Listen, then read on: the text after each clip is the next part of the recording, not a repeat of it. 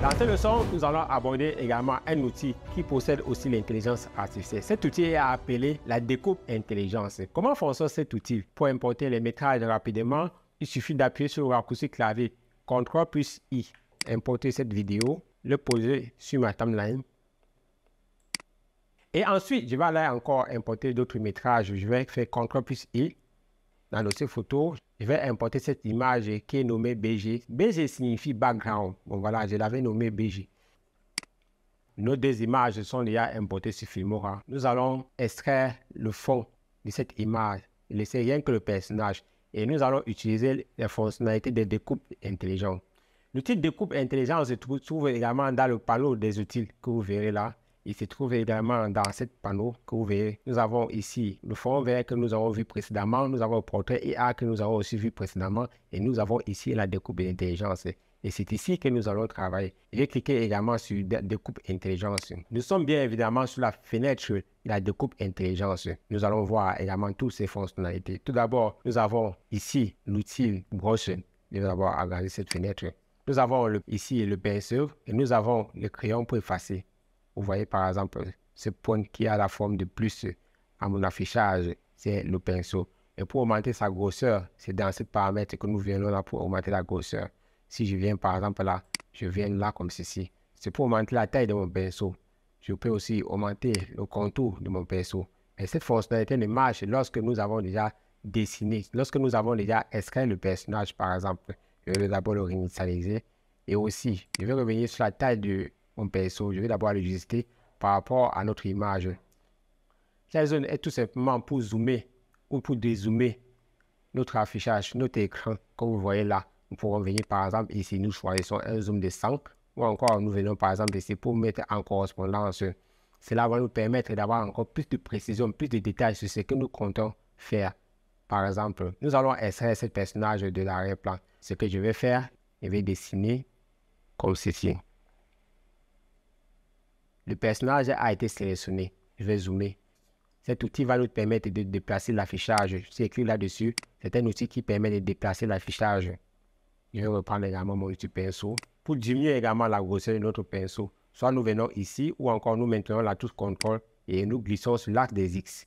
Pour diminuer la grosseur de notre broche, alors je vais maintenant venir là comme ceci et dessiner.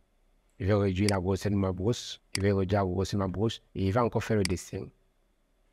Après avoir bien sélectionné notre personnage, nous allons cliquer également sur ce petit icône que vous voyez là à la forme d'un personnage, à la forme d'une personne. Nous allons cliquer pour lancer le démarrage de découpe intelligence.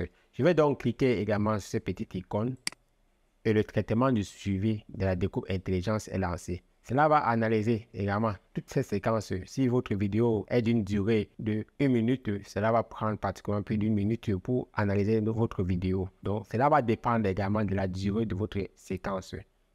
À un moment donné, lorsque vous verrez que votre découpe d'intelligence a fait des erreurs de suivi, ce qu'il faut faire, il va falloir cliquer sur arrêter. Lorsque vous avez cliqué sur arrêter, il va s'arrêter au niveau où vous avez stoppé l'arrêt de la découpe intelligence. Vous allez venir avec votre curseur à l'endroit où votre image a commencé à apparaître avec les erreurs. Je vais devoir zoomer pour mieux voir sur ma timeline.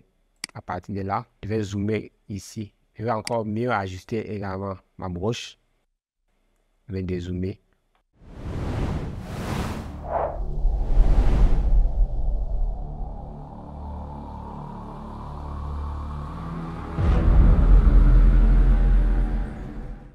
Lorsque vous apportez encore d'autres modifications à votre découpe d'intelligence, cela augmente automatiquement les clés d'animation. Vous voyez, c'est également cette clé. Cette clé est due au nouveau point que nous venons d'ajuster à la broche. Je vais dézoomer. Je vais venir là et cliquer sur correspondre. Lorsque nous avons rattrapé certains points, il suffit de cliquer également sur la découpe d'intelligence afin que cela puisse prendre encore le temps de continuer pour l'analyse.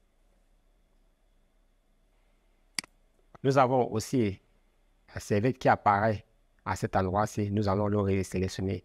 Je vais rentrer avec mon curseur en arrière pour mieux voir où ma serviette commence à apparaître. Je vais me positionner par exemple à partir d'ici. Je vais zoomer pour mieux voir également cette zone. Je vais sélectionner cette partie et aussi sélectionner cette partie. Je vais dézoomer. Je vais aussi le sélectionner comme ceci pour être encore plus précis, pour avoir vraiment un résultat assez impeccable. Voilà, nous allons encore continuer la rotoscopie.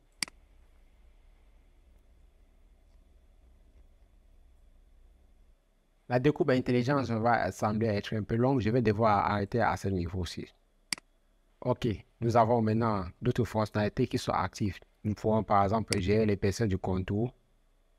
Ou encore, nous pouvons par exemple lisser le contour. Je vais devoir zoomer pour mieux voir le contour. Je vais le mettre par exemple à 3. Ou encore, je vais le mettre par exemple à 2. Et je vais laisser le contour à 5. Voilà. Vous voyez par exemple, la sélection de notre sujet est à la couleur bleue. Nous pouvons par exemple le changer. Je peux venir là et choisir par exemple cette couleur. Il va montrer également la zone qui a été sélectionnée avec cette couleur que nous venons de choisir. Je peux aussi choisir d'autres couleurs.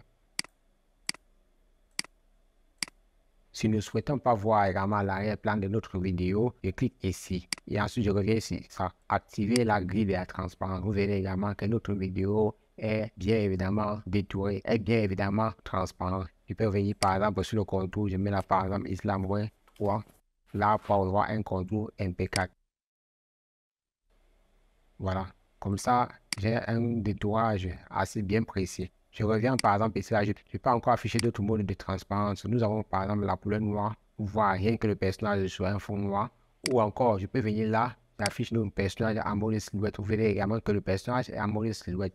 Je reviens là, je vais le mettre en mode superposition alpha. Voilà. Une fois terminé avec la découpe intelligence, je vais cliquer sur enregistrer. Et hop, par magie, vous verrez directement que l'arrière-plan a été bien extrait de notre image. Il ne reste que le personnage. Je vais maintenant aller chercher le fond et puis le glisser, déposer sur ma timeline. Je vais augmenter sa durée. Et ensuite, je vais travailler directement sur un aspect ratio Instagram, c'est-à-dire le format 4:4. Je vais revenir dans les paramètres de mon affichage ici.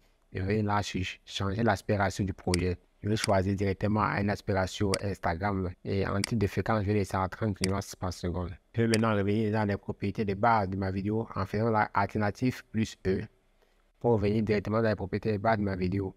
Je vais cliquer également sur mon image. Je vais revenir dans ces bases. Je vais augmenter l'échelle de ma vidéo. Valider. Maintenant, il ne nous reste qu'à appliquer quelques effets. Je vais aller dans les effets. Dans les effets, j'ai déjà téléchargé quelques panoplies des effets. Je vais prendre par exemple un effet. Je vais prendre également cet effet. Et je vais augmenter sa durée. Voilà. Une dernière chose qui nous manque, c'est la colorimétrie. Je vais revenir également dans ma médiathèque. Et ensuite, je vais chercher calque des réglages. Je vais prendre également ce calque des réglages. Je vais mettre au-dessus. Et ensuite, je vais augmenter sa durée. Je vais me rendre également dans la colorimétrie. Je vais appuyer là sur la raccourci Alternative et E pour me rendre rapidement dans les propriétés de base de ce calque. Et je vais me rendre sur l'onglet couleur. Dans l'onglet couleur, je vais gérer la courbe. Je vais d'abord augmenter la luminosité. Et ensuite, je vais baisser la contraste. Je vais venir également dans les bases. Et ensuite, je reviens là. Je augmente encore plus le contraste. Augmenter la vibrance. Je vais aussi augmenter la saturation. Je vais revenir aussi dans l'onglet des couleurs. Je vais augmenter les tons clairs. Je vais casser les ombres. Je vais augmenter les noirs. Et je vais aussi donner une vie à cette image de background. J'aimerais que cette background ait une vie. Je vais revenir dans cette propriété de base. Dans les propriétés de base, je vais aller dans Image. Dans Image, je vais devoir faire une animation. Je vais activer ma clé en échelle. Je vais avancer. Je vais zoomer par exemple comme ceci. Et je vais reculer également la clé à la dernière frame, à la fin de ma séquence.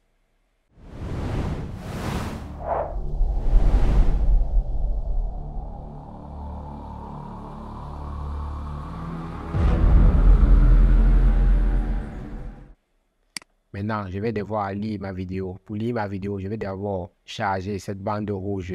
Je vais appuyer sur ce petit bouton également pour charger la prévisualisation. Afin d'avoir une bonne lecture assez bien fluide, je vais donc cliquer sur ce petit bouton pour le charger. Voilà, ma prévisualisation a terminé de charger. Là maintenant, je peux maintenant lire ma vidéo tranquillement. Je vais appuyer sur mon raccourci clavier alternatif plus entrée pour mettre également mon image en plein écran. Nous avons vu également comment fonctionne cet outil appelé découpe intelligente, qui est un outil possédant l'intelligence artificielle. Il nous est permis également de supprimer l'arrière-plan de notre image. Et c'était tout pour cette vidéo. On se retrouve dans la prochaine vidéo.